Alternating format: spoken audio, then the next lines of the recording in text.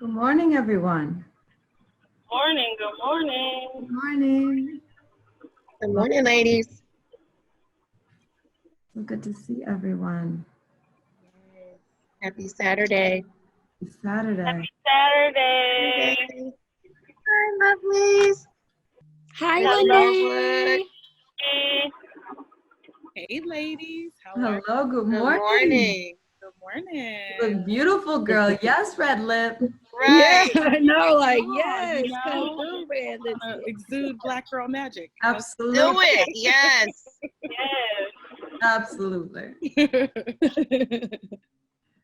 So as customary in our culture, ladies, we typically get started promptly at 5 after. So if anyone wants to grab any coffee or tea, Minding Her Black Business will be getting started in 2 minutes. One thing that happened this week was we were picked up by 2 online bloggers. So I want to say that that is a testament to this synergy here with Miss Norwood and Blvck Womxn Worldwide as a sisterhood. I was very happy to see that. All the Right. circulation of the information, that was very nice this week. Yay. Love that, love that. We going to the top, ladies. Straight to the top. Let's go. All the way to the top, no stops. All right, let's get started. And as folks continue to pop in, we will welcome them to the space. This is Minding Her Black Business, a virtual brunch and build for Black women, by Black women, 100% powered by Black Girl Magic. So our favorite part of the call kicks off with our global footprints. When people ask, why are we joining Black Women Worldwide? What is the purpose of being a part of this membership? What makes us different than other Black women's organizations? This is a good testament that is measurable and verifiable right here. So starting with the states, we have Arizona, California, Florida, Georgia, Hawaii, Illinois, Kansas, Maryland, Michigan, Missouri, New York, North Carolina, Pennsylvania, South Carolina, Tennessee, Texas, Virginia, and Washington, D.C. to date. Sisters all around the country checking in to make sure that we are doing our part here at Blvck Womxn Worldwide. Expanding even further, we also have an international footprint that is growing by the day. It includes the United States, Canada, Nigeria, the UAE, Brazil, South Africa, the United Kingdom, Barbados, and Ghana to date. So if you know any sisters that are available around the world looking to connect, accelerate, and build in motion, we are here. And we ask that you let them know that our story is spreading globally and we are a part of this history. So thank everyone on this call for being a part of this. It means a great deal to us, and this is something to be very proud of, because it is historic. Meeting our founders. So Blvck Womxn Worldwide was started by myself and my partner in crime, Brittany Bogan, who is hailing from Detroit, Michigan. Brittany is a singer by trade, business consultant, trained in the arts of business development, brand development, and getting people together Black girl style. Brittany? Hello, everybody. I'm so glad to see y'all. I mean, we just glowing and showing up, being excellent. Hello.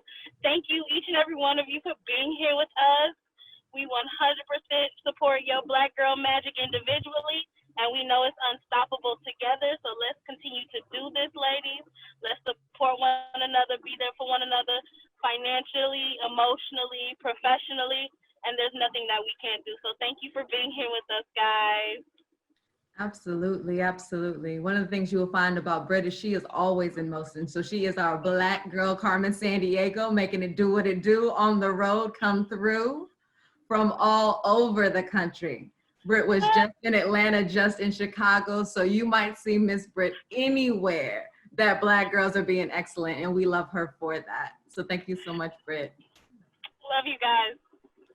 This week, we are featuring a wonderful and beautiful and powerful woman that is hailing from California in Miss LaNae Norwood of LaNae Norwood Consulting.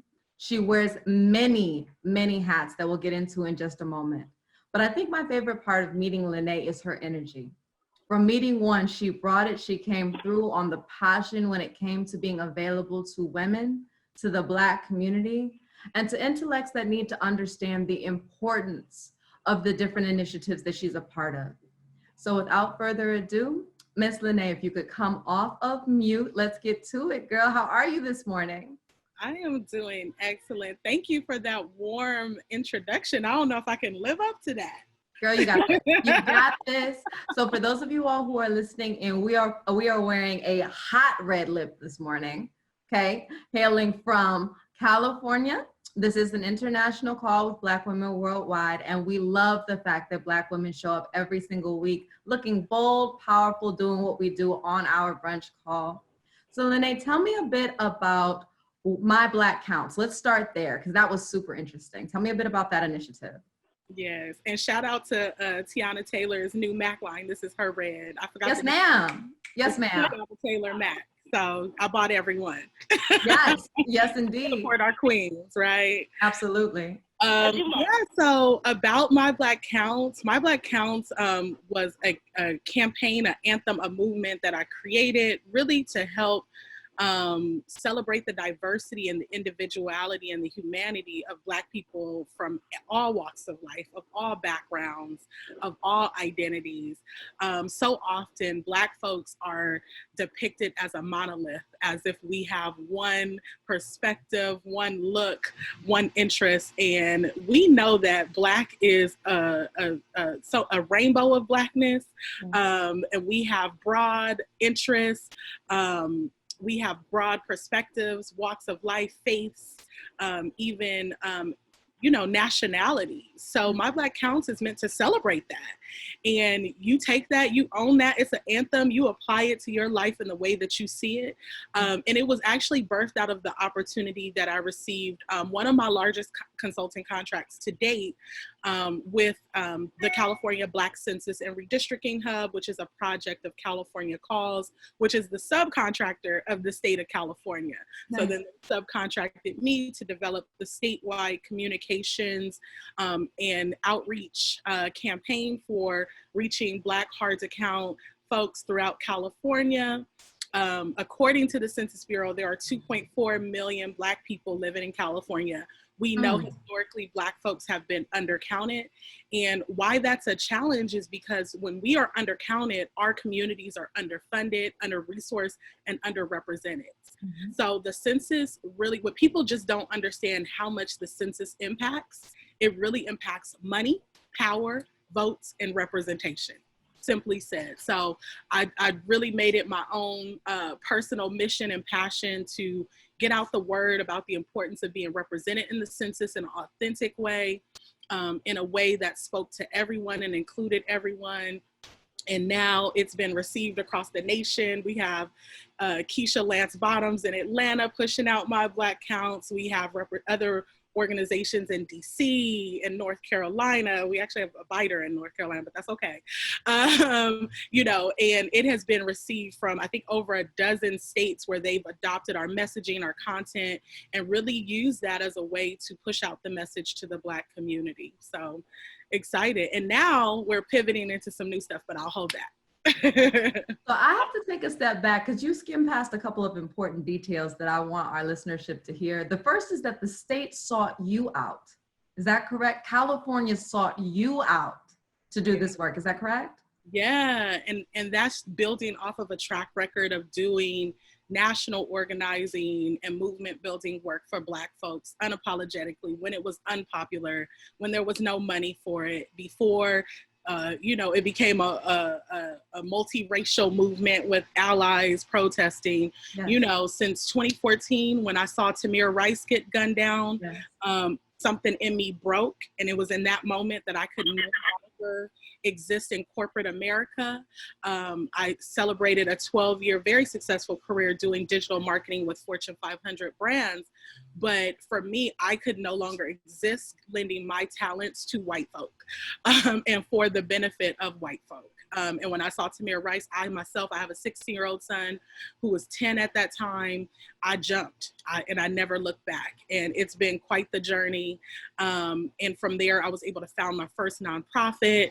From there, go on to work with Color of Change as a national deputy field director. We Okay. passed Amendment 4 in Florida, which is the largest voting right expansion since the 1972 Voting Rights Act.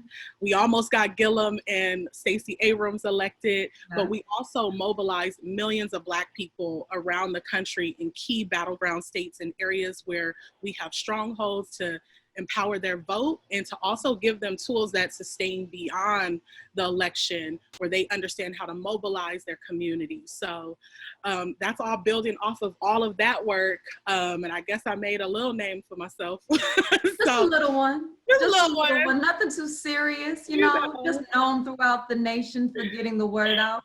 So let's unpack some of this, because I know that when we talk about the data-driven impact on policy change, the importance of collecting the data that impacts the decision makers, a lot of Black folks, especially in this younger generation, don't understand how one drives the other. So in your work, when you're talking about the collection of the data, when the weird person is knocking at your door at 4 p.m. in the afternoon, asking you about how many people live in your house and your ethnicity and your gender, where does that data go? That data actually goes to our federal government, which uses that data to inform how they fund our communities and how district lines are drawn in a process called apportionment. Mm-hmm. So you know that there is huge systemic anti-Black racism and structural anti-Black racism. When we are undercounted, we are enabling that by not participating. We know that the system is broken. We know that the system was never designed for us. We understand inherently and deeply and intuitively that we need to be building something different. But in the interim, we are in this system. Our children go to public schools. We use public services. Even the highways and the roads that we drive on are all dictated by the data that the federal and the state governments receive. And that is how funding, power, votes, and representation are allocated to our communities. So when we sit on the sideline out of fear, distrust, or disbelief, we are actually enabling the hand of the oppressor to keep our communities deprived of the vital resources that we need, keeping them starved of the political voices that we need fighting for us on the Hill, in the Capitol, at the State House, and diluting the power of our votes. If you guys are familiar with gerrymandering, that is a process of breaking up Black hubs where we have political strongholds, where we could elect the type of leadership that can help move us in the right direction.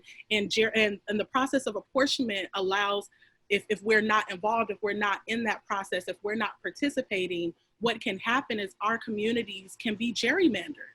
So right now there's a big fight. I was born in LA, grew up in LA, moved to the Inland Empire in the 90s, which is a suburb about 60 miles east. That's how I got connected with you guys, through the amazing Heather. Shout out to my girl on the call. Absolutely. And, you know, a lot of Black folks have moved out here because of the cost of living in Los Angeles.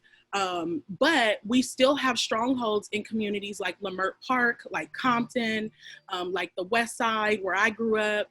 You hear about Nipsey Hussle, Slauson, that's a Black area. But when we don't participate, that's actually one of the most undercounted, lowest response rates right now in this 2020 census. We enable other people who don't have our best interests in mind to come in and infiltrate our strongholds and push us out through policy. So it's important that even though we know this is not a means to the solution, we know that the whole damn process is rigged and flawed from the beginning, we still have to participate and show up, and we have to show out so that we can continue to get the resources that we need that are gonna push us in the right direction. Right now in the legislature, Dr. Assembly Member Shirley Weber has introduced legislation for reparations. Mm-hmm. That's a perfect example of an elected leader that is moving us in the direction that we need to go. Now, is she perfect? No, but she's definitely a champion for the people. And she's pushed AB 392, which is the most restrictive use of force policy for Black folk. For law enforcement across the country, that protects Black lives, and where we can hold law enforcement accountable when they terrorize our communities, when they target our people. She passed that legislation. So when we allow our districts to become diluted, we can't elect Dr. Webbers. We can't elect Senator Holly Mitchells, who are responsible for the Crown Act. We can't elect some of our fearless leaders, Karen Basses, who is up for the VP seat right now, that are really carrying the voices of Black folk all the way to the White House. So I'll stop there.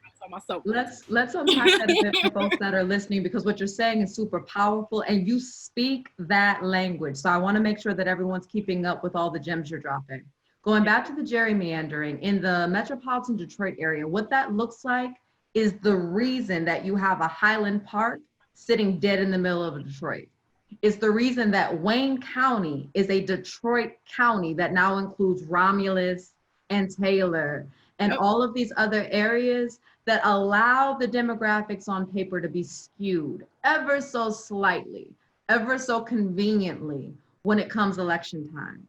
So the importance of districting, the term districting and redistricting, is something that millions of dollars are put behind as a campaign and political strategy to define the conversation that are having inside of those that represent us. So in the event that we just take Detroit itself, right? That would be considered one of the largest Black residential blocks in the country by itself, right? All of our statistics would look very Black. All of our needs would look very Black. When you start counting Romulus and Taylor and Westland, now all of a sudden the needs and the demographics shift. This is the delusion that Ms. Norwood is speaking to right now. Now, all of a sudden, the need for education that addresses certain gaps is not as important because we're not focusing on this hub of Black kids. We're focusing on this area of Black, white, Dearborn, which is our largest Middle Eastern block, and our Southwest folks, which is highly Hispanic. The need shifts because we've widened the scope in an area that we all understand is a Black area, okay? So if you've ever felt that these discussions in news are not representing your reality, gerrymandering or districting is a large reason for that. And what LaNae is speaking to is extremely impactful in areas like DC, LA, as these new projects are coming through on the construction side for all these new developments. And even when you start looking at the gentrification that happens every time a major white project is being constructed, it's because we are presuming that these areas that are always around downtown development are uninhabited. We know that's not true. And all of that data is collected in a census format, whether it's local, state, or federal, every 10 years. Is that correct, Ms. LaNae? Absolutely. And thank you for slowing that down a bit. You know, I have to be conscious and cognizant of modeling what I created with my Black Counts by putting that language in terms where everybody, even if you've been involved in the process or not, can grasp what's at stake for us. Absolutely. So it starts with census, and the census happens once every 10 years. Simply said, it's a count of everyone living in America, period. Regardless of your immigration status, regardless of your educational background, your income status, it's in our Constitution that every 10 years, our government has to count everyone living in America.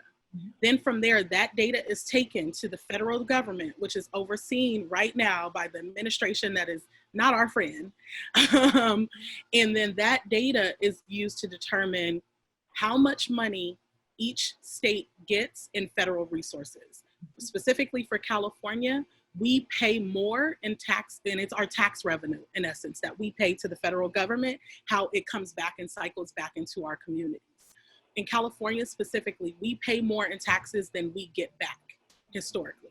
So we are at a deficit. Our people, our communities are funding other states, and instead of funding the federal government agenda, rather than funding our state and our needs and our communities, because we get less than what we spend. And then after that, so the census determines funding for over 300 programs nationally.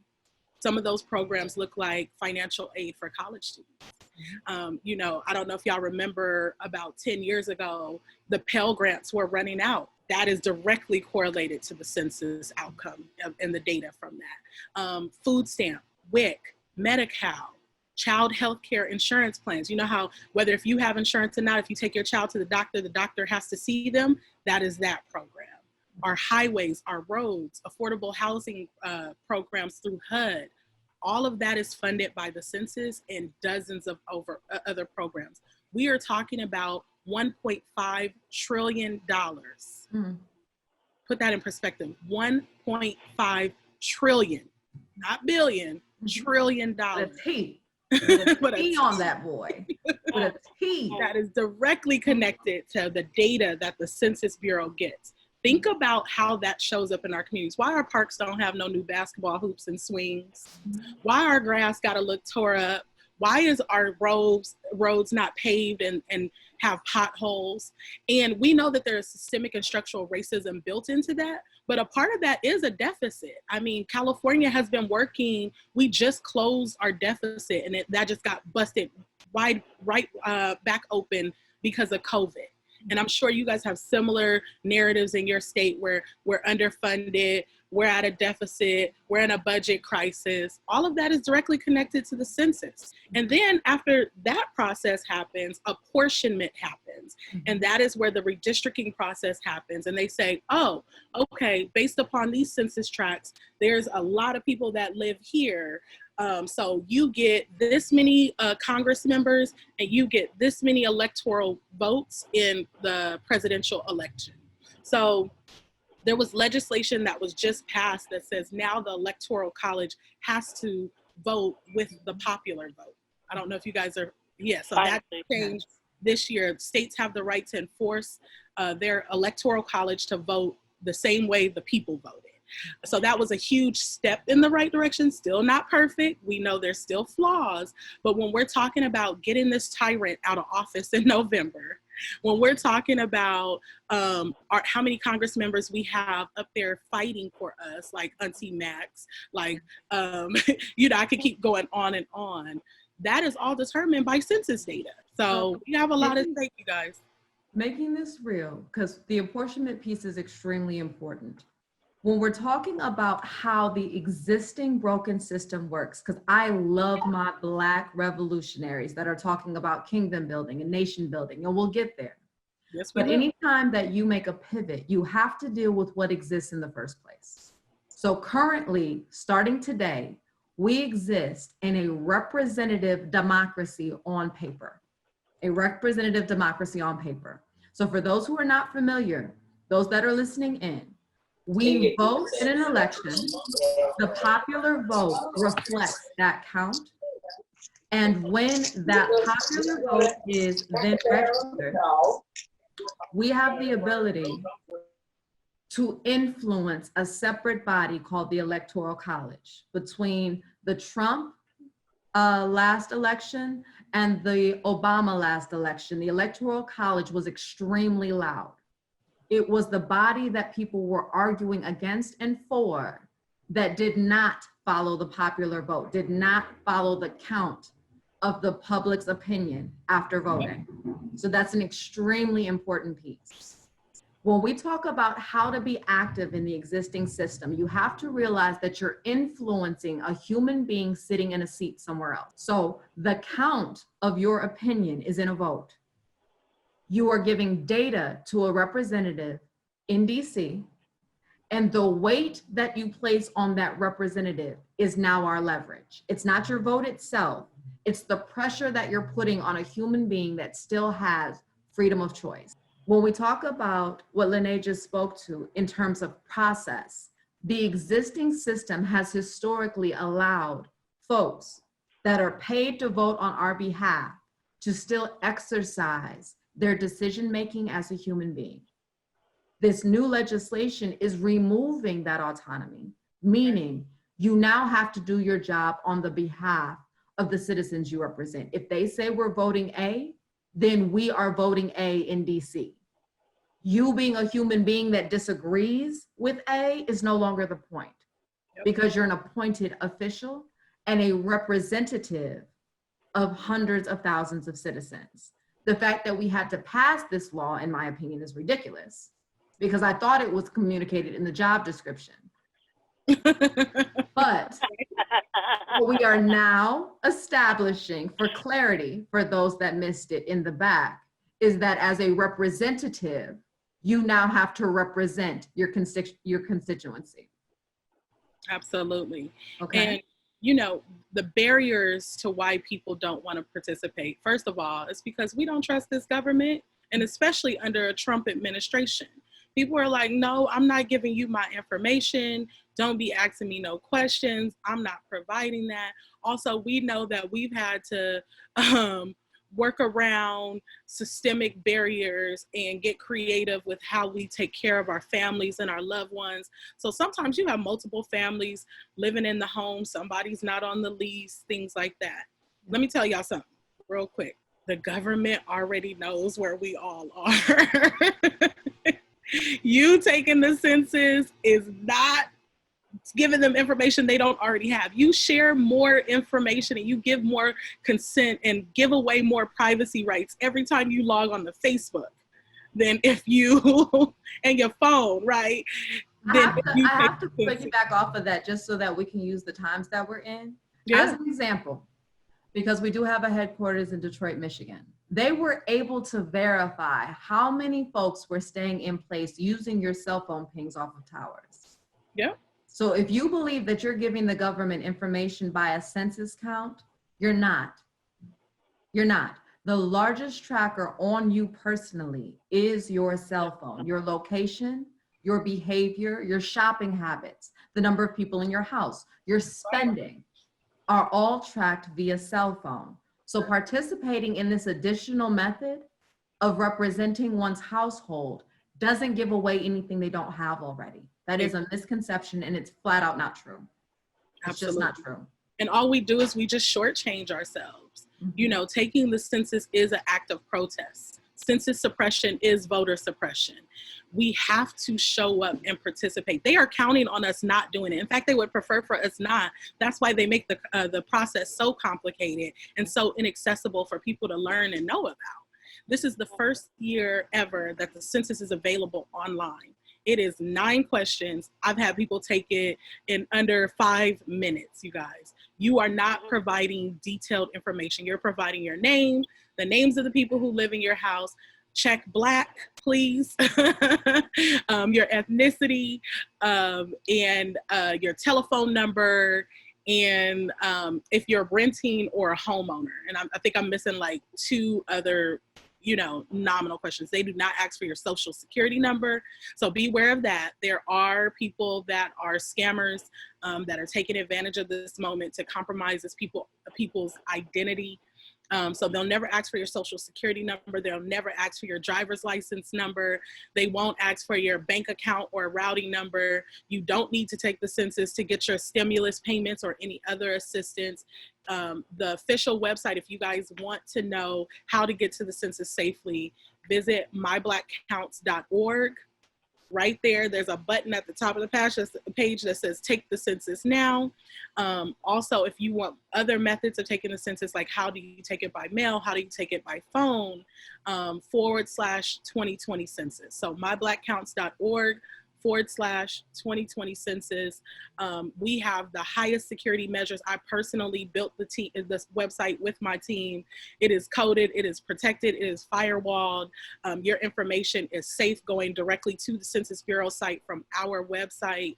So, and we need to talk to other people, Uncle Ray, Pookie and them, Tanisha and them down the street that's, over there turning up. We need to talk to them and make sure everybody is counted. The more representation we have, the more funding, the more political power that we have. So this is not a means for us to build Black political power. It is a means to protect the Black political power we have now. Right now, historically, not even historically, but right now in this current moment, our Black hubs are undercounted. They are going to be diluted and ripped apart in the redistricting process, and it's a wrap. Think about trying to elect another Black leader that really is for the people, that really is going to get up there and carry our voices to policy and to decision makers. Good luck with that. If we do not participate in this census, we are on the brink of an erasure. And what that looks like, let's talk about that. Scattered out. Mm-hmm. Now that we know that as individuals, now that we know the history of why we don't usually fill out the census and why a lot of us are so adverse to it, what can we as individuals do to start to spread the message among the people that we live and work with about filling out the census? What is it that we can say to them that will change their minds, that will get more of us participating in this census process?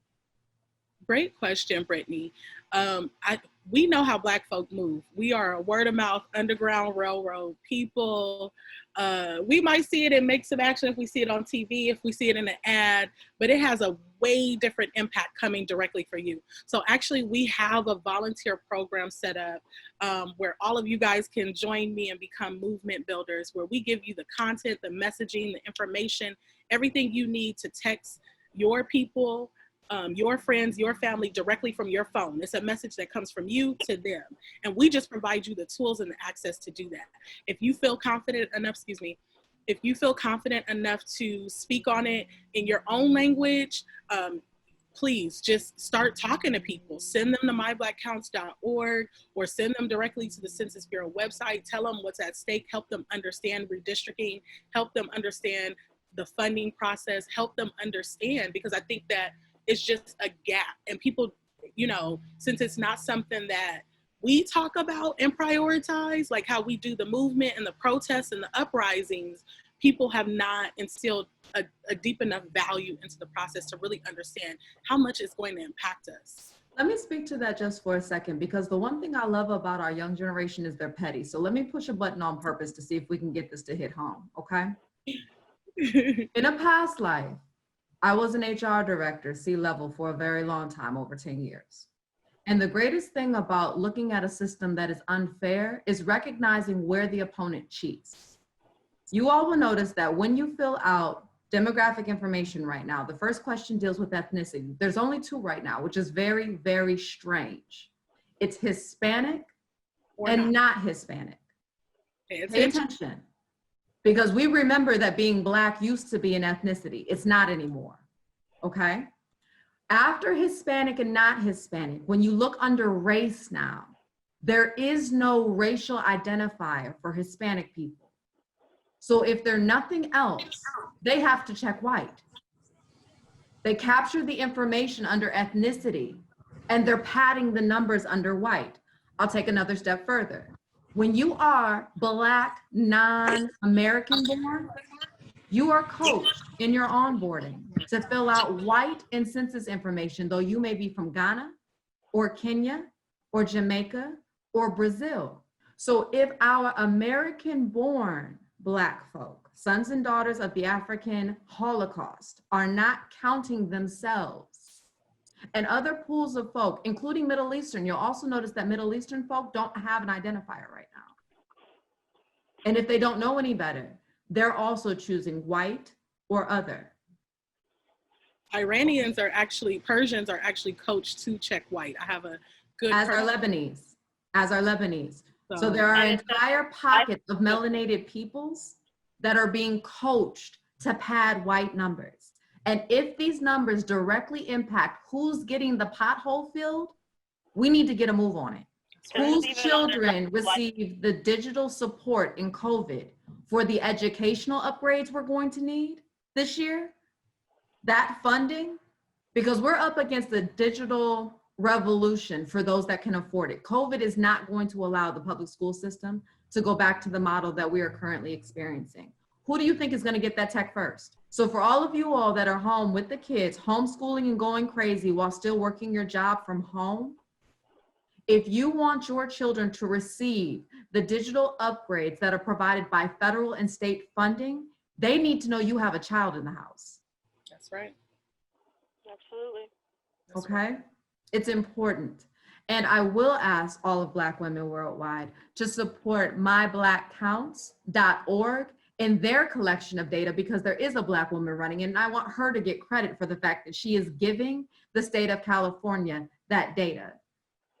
They love to not credit sources. You guys remember like bibliographies where we were taught it's extremely important to give credit to the source of information?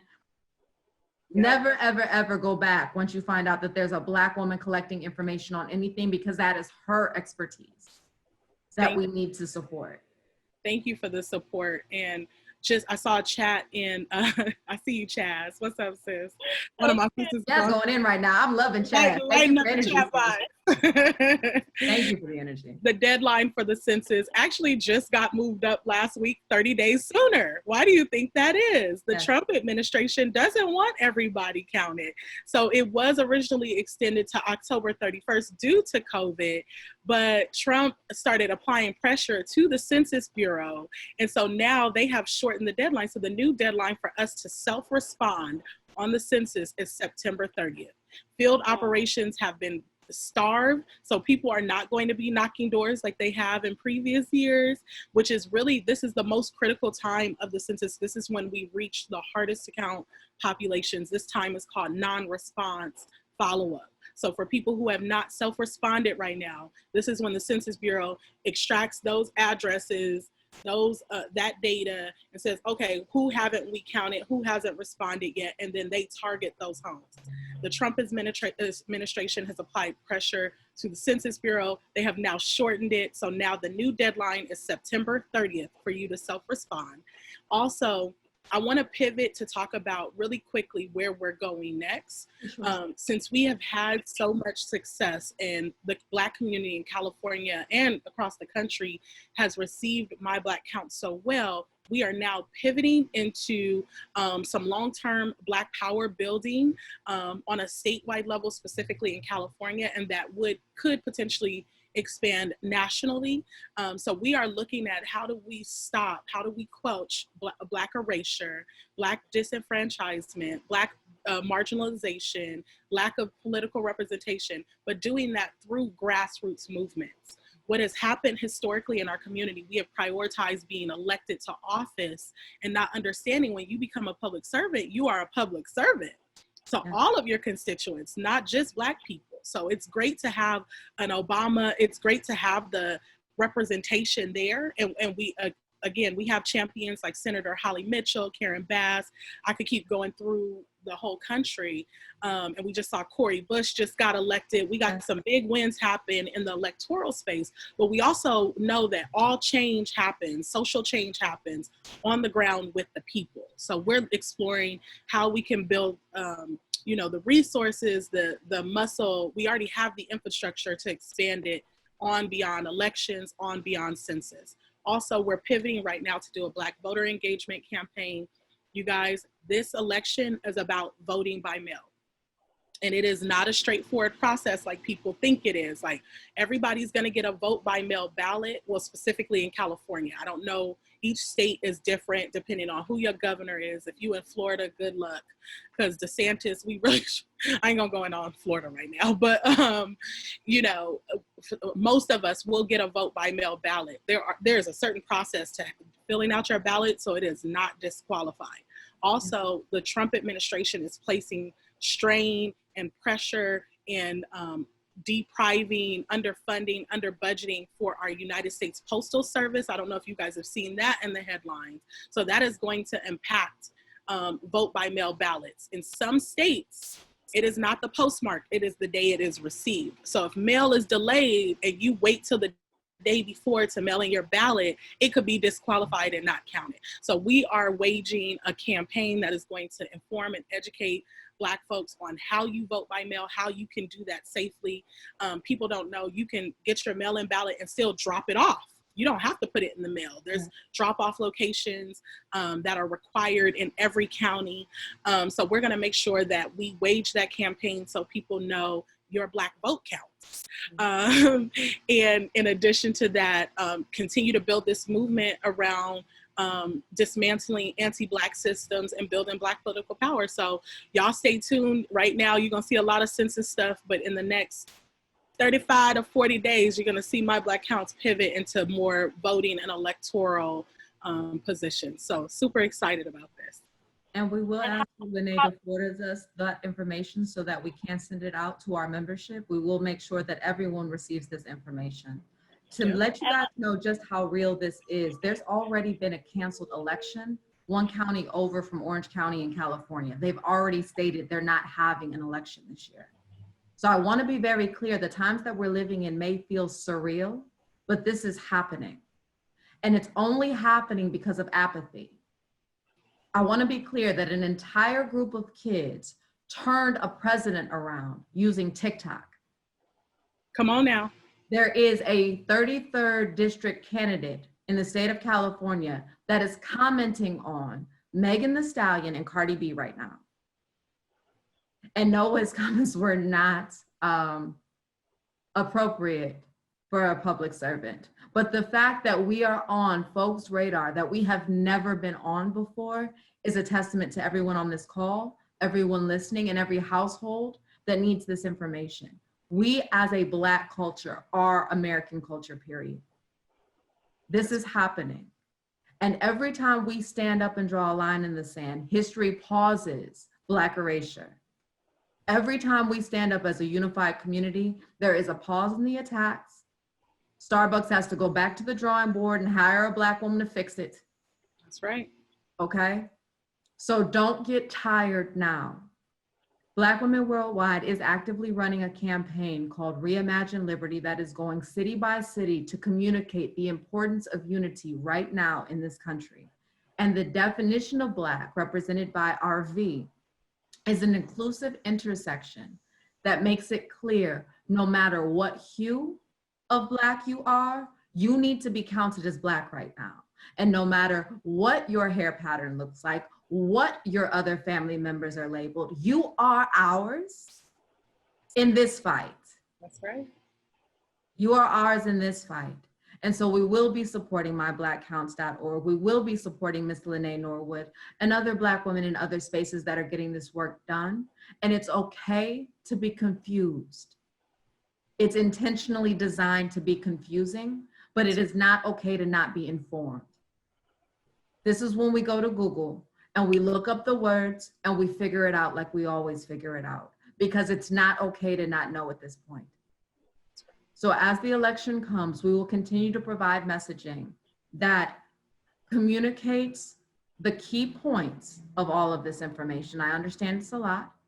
And if you have questions, we will provide experts such as LaNae that you can reach out to via social media or their website to answer these questions from the subject matter expert. But this is a time to become informed. This is a time to become active. And just like we have folks like Sabrina Webb that are downtown right now, making sure that the pressure is felt in the streets, we also need to make sure that this pressure is felt by mail.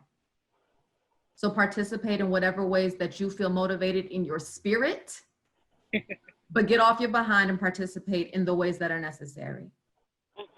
Okay. And LaNae, one last question for the people on the call. When should they be looking out for those ballots to be coming by mail so that they can know whether or not their state is participating properly or not? About how soon should they be on the lookout for those? Great question. Sometime around mid-September. Each state is different, but mid-September. Here in California, early voting starts in certain counties on October 6th. So we're talking about like, we got 60 days till you can start voting. So it's a real time crunch and a hustle and a sharp pivot for us to drop census. We're sunsetting it officially August 15th, and then we're picking up voting.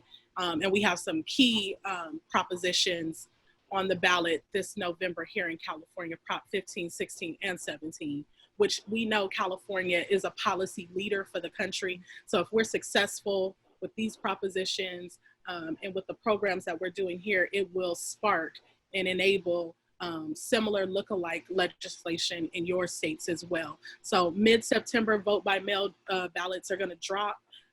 Early voting starts, here in California, as early as October 6th. So just, you can look that up on your county voter of registers information or on your state site. I can follow up actually and provide that, because I think it's critical and it's important that we support each other during 2020. There will never be a more important election or time for Black folks in our youth. Maybe the next generation will come behind us and do some progressive and radical, transformative change. But this is literally the year that is our catalyst into the liberation that we need as a people. So we need all hands on deck, ladies. I need y'all to get in formation. I need y'all to call all your friends and family, Pookie and them, Nana and them, call them all, get them involved. And the beautiful thing is now we're in this time where everything is digital. You don't even have to leave home. It costs you nothing. It takes nothing. Pick up your phone, send a text, post on social media, tweet it out. And if you want to connect with me, it's at LaNae on Twitter. And Instagram, my Facebook is full, so don't even try and add me there. I'm at 5,000. But Instagram and Twitter at LaNae. Wonderful. What I So, want to LaNae, back off of is in September, Blvck Womxn Worldwide is having an open invite to all Black women that are running for any social,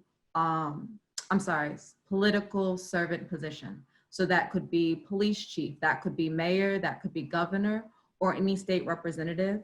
We will provide a platform for you to tell us what you are running on this year, because we know for a fact when the blue wave came through, that representation provided equity and agency in spaces that are necessary. So piggybacking off of LaNae's message to vote, period, we do want to hear from Black women running on what your platform contains so that we can hear what we're voting on. There's always 3 to 4 propositions that are game changing every single election, and we need to understand that message and the impact on our community. Okay, Erica, go ahead. I'm sorry. that's okay. So LaNae, if you could provide that information, I hope that I'm wrong, but the way I read it, so that what they did was they coupled, if you wanted to vote for the primary and the November election, they combined it. Like you couldn't do one or the other, you had to do both. So I was under the impression that in Michigan, if you did not register to mail in your vote for the primary, you couldn't mail in your vote for the general election. So I've actually told a few people that if you miss that deadline, you're not able to mail in the November vote. Thank you for centering that. I know Brittany is from Michigan, D-Town. I'm in Michigan too. Okay, I did some organizing with Color Change out there. I just talked to my boy. They've been trying to pull me out there to do some work, but I just can't leave Cali right now. Next year, I'm with y'all. But I will find out, and if not, that's an advocacy opportunity, right? We have some powerful grassroots organizations in Michigan getting it done, standing up for Black folk, mobilizing the community. And that's a simple petition that we could wage war in the digital space and shoot that up to the governor. Because we helped elect Gretchen Whitmer, okay? So she better show up, because we got you in, we will get you out. Yeah. So, and Governor Gretchen, we want to hear from you. Okay. That part. We want to hear from you. When this election comes up and you are facing the opposition that you've been facing for simply trying to keep people safe, do know that Black women stood with you. So we definitely want you to respond. I'm saying this on the record to our call to have a discussion on what this election coming up should look like and who we should be supporting. I am putting that on the record. Please leave your buffs at home. Thanks. Thanks. And thank you, ladies, for time and space. I know I took up a lot of space. Thank you. I love y'all. Thank you. I love Black women. I love Black people. I literally do it because I love y'all. Like, that is it. The end. And I'm tired of white supremacy. We need to bury it, annihilate it. It's a wrap. Your time's up. It's over. And so I'm just thankful to share space with you all. Thank you for having me. Thank you for hearing me out. Please follow me on Twitter or Instagram at LaNae, and we can connect more there. And We're so happy to have you. Thank you. For sure. We will be doing a lot of work with LaNae. She just absolutely resounds with mission and has been amazing in her spaces. So Heather, we definitely want to thank you for that introduction. I'd like to pivot back to our mission for those that are new to this call. Blvck Womxn Worldwide is actually a charitable nonprofit that was established for the education, advancement, mentorship, wellness, and financial success of Black women in every walk of life. We do recognize that COVID-19 is the largest disruptor in our lifetime to the status quo. So during this global pandemic of 2020, a team of brilliant Black women analyzed the existing realities of millions of Black women across the globe. This was a similar process to what LaNae has described in terms of data-driven identification of priorities and next steps. And what we found is that our pain and our frustrations are not isolated. So using a global lens, we seek to develop the technology necessary to make protecting and supporting all Black women in our venture sustainable. Our approach is fourfold. We use tech and teamwork to create the first global database of this kind. We intend to connect individual Black women and their children with solutions powered by Black women such as LaNae Norwood using our mobile phone.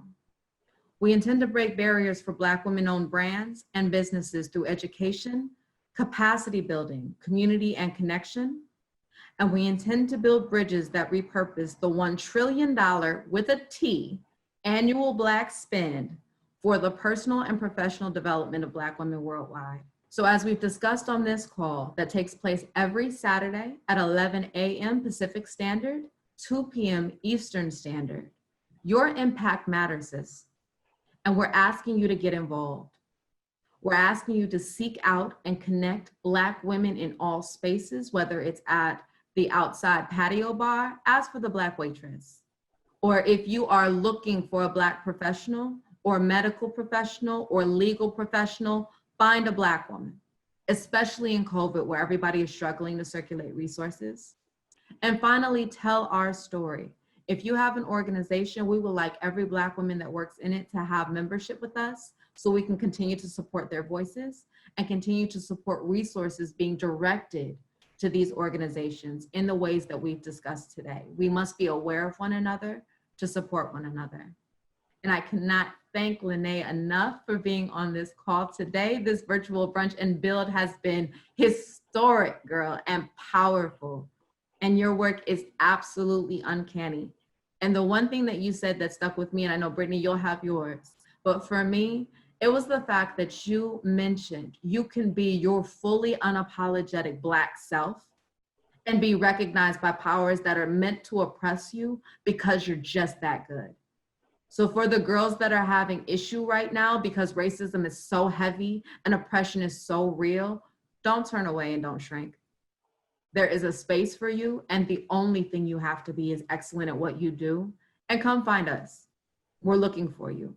So I want to thank you, LaNae, for making that clear and for being your absolutely brilliant self in these spaces, because we don't see Black women in data analysis and policy change in your capacity often. So whatever you're into, we into. Whatever you're into, we're for. I just want to say I am here for Chasney. I am here for you. I have been here for you. I am living through you as you talk in this chat. You are doing it for me, honey. Thank you. LaNae, I mean, I can't expound on how great you are anymore. It is impossible. But for me, what's most impactful for me is how you're looking to change something that people don't even deem as important anymore. We do want to destroy these current systems, but we know that currently, while we're living today, tomorrow, and next week, we have to live inside of them in any way that we can make them better and improve them into our favor through our own action, through things that other people can't control but us, is powerful. And changing the minds of the people is something that we're going to have to do on every level. So starting to change their minds on this level is impactful and it's powerful. And I thank you for undertaking the fight and teaching us all how to be better. Because I personally don't deal with politics. I'm one of those people that's like, because frustrating. It's frustrating to know that at certain times when I have cast my vote, it had nothing to do with what actually benefited me in any way, and that my life was not going to change. And what we do need to reiterate and keep pointing out through your message is that our lives will and can change if we group the fight. So thank you so much for this information. Thank you for being a pillar and a staple in places where they don't want to see your lovely Black face, but they can't deal with it, period. They don't have no choice, honey, because you're here. You're here, Pooh, and you're killing it. So thank you, thank you, thank you. Thank you for being an inspiration for all of us. This space is just so edifying. Thank you so much, Brittany. And I did not participate 6 years ago. I was like you, I'm done. But then I realized like the money, the power that we could be reallocating to our people. Like even in doing this work, I've been able to contract with several Black creatives, coders, you know, we're circulating dollars, right? When we're at the table. So, you know, we just got to stay at the table, and we have to stay at the table every time. We can't just jump on in a 4-year election and then jump off, right? We have to stay at the table. And when we stay at the table, we're transferring power, we're transferring resources, we're transferring wealth to build up the new system that we need for our people. So thank y'all. I just had to throw that in there. Like it's bigger than politics. This is really about transferring wealth. It's about economic sustainability, opportunity. All of those things come with it. Just one thing, the communications company that had the overarching census campaign, 48 million. Why couldn't we have been a group of Black women that had a firm that grabbed that 48 million? You know? So just, you know, when we're also in these spaces, we're also tapping into these government contracts, these opportunities that are going to catapult our economy and increase our spending power and our power to build the systems that we need. So let's keep going, ladies. Get in formation. Teach, sister, teach. We'll be having LaNae back on this virtual brunch because there's a secondary conversation we need to have when it comes to accountability of representatives through this same activity. So we'll bring you back on for that piece by piece, gem by gem, but I think we've given you plenty of delicious tidbits to taste and savor for this conversation. Please spread the word. Our website is www.blvck, with a V, Women, WOMXN, worldwide.org.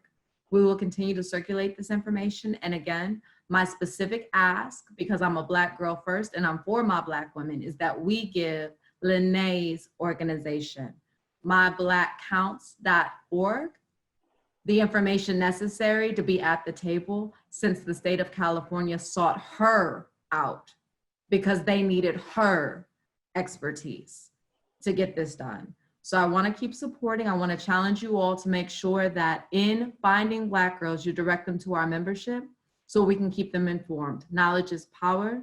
And without further ado, if all hearts and minds are clear, we will return you guys to your weekend and see you next week, Saturday, 11 a.m. Pacific Standard Time, 2 p.m. Eastern Standard Time. This has been amazing. Absolutely. Bye, ladies. Bye, everyone. Love you all.